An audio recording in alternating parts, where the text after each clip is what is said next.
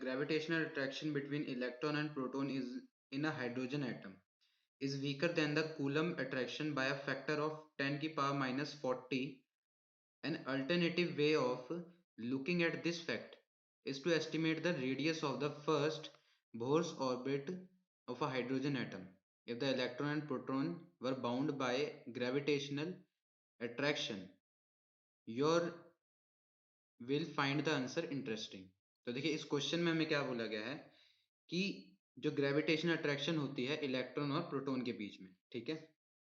अगर हम यहाँ पे ठीक है एक आइडिया लें तो यहाँ पे क्या कहना चाह रहे हैं कि एक इलेक्ट्रॉन, ठीक है, और एक प्रोटॉन, इनके बीच में जो ग्रेविटेशनल फोर्स होती है, ठीक है, या ग्रेविटेशनल फोर्स और अट्रैक्शन हम कह सकते हैं, ये जो फोर्स होती है, ठीक है, और इन्हीं के बीच में अगर हम अपनी कूलम्स की फोर्स रख दें, ठीक है, अगर हम अपनी इलेक्ट्रोस्टैटिक फोर्स कह सकते हैं उसे रख दें, ठीक है, तो ये जो होती है ये कितनी ग्रेटर होती है, ठीक है, या हम कह सकते हैं कि इसकी जो वैल्यू है, ठीक है, ये इससे कितनी वीक होती है, कितनी वीक होती है, ये होती है 10 की पावर माइनस 40 के एरिया मतलब फैक्टर से, ठीक है, वीक होती है ग्रेविटेशनल फोर्स।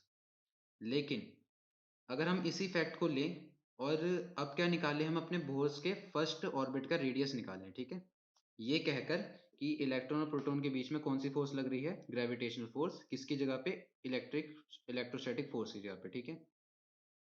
तो जो हमें आंसर मिलेगा वो बड़ा इंटरेस्टिंग होगा, ठीक है। अब चलिए इसको निकालते हैं। तो जैसा कि हम जानते हैं कि जो रेडियस होता है, ठीक है, जो हमारा रेडियस होता है, radius of the first orbit, ठीक है, radius of the first orbit, ठीक है, ऑर्बिट इन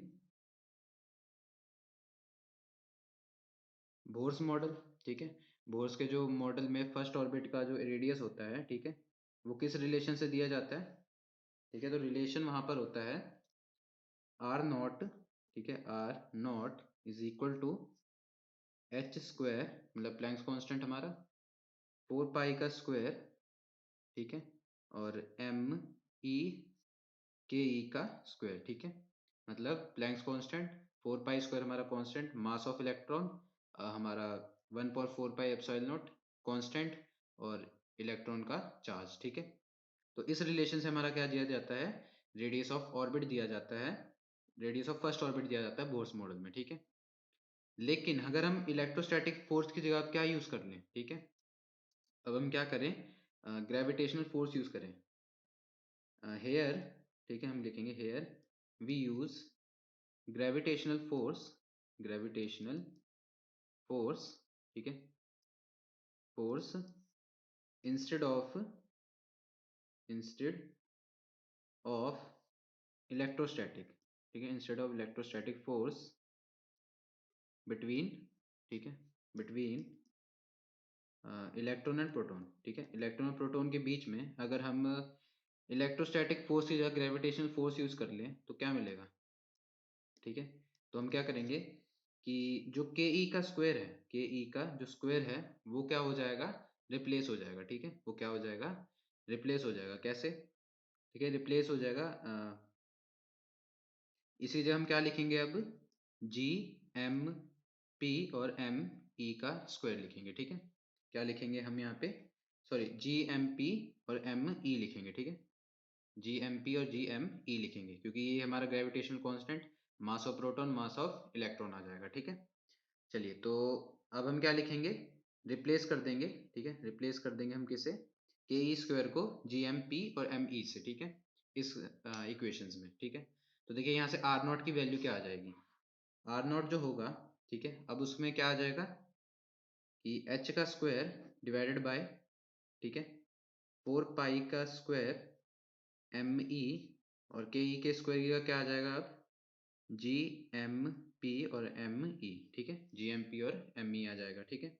चलिए तो इसे सॉल्व कर देते, तो आर नॉट क्या होगा, एच स्क्वायर, ठीक है, आर नॉट क्या हो जाएगा, एच का स्क्वायर, एम ई दो है यहाँ पे, ठीक है, तो हमें क्या मिल जाएगा, 4 पाई का स्क्वायर जी एम पी और एम ई का क्या बन जाएगा, ये स्क्वायर बन जाएगा, ठीक है। चलिए तो अब इनकी जो वैल्यूज होते हैं हम यहाँ पे पुट करते हैं, ठीक है, चलिए तो वैल्यूज को यहाँ डाल देते हैं। तो देखिए जो एच है यहाँ पे, ठीक है, जो हमारा h है मतलब प्लैंक्स कांस्टेंट लिख लेते हैं हम यहाँ पे, प्लैंक्स कांस्टेंट, ठीक है। तो देखिए इसकी वैल्यू क्या है, 6.6 इंटू 10⁻⁻34, ठीक है। ये इसकी वैल्यू है, ठीक है। और ग्रेविटेशनल कांस्टेंट g हमारा कितना होता है, g होता है 6.67 इंटू 10⁻11 वैल्यू होती है, ठीक है। इसी तरह हम अगर अपने, ठीक है, हम क्या करें, अपने मास ऑफ प्रोटॉन ले लें, ठीक है। क्या ले लें, मास ऑफ प्रोटॉन ले लें। तो मास ऑफ प्रोटॉन कितना होता है, मतलब एम पी, एम पी की जगह क्या वैल्यू आ जाती है 1.625, ठीक है, इंटू 10⁻⁻27।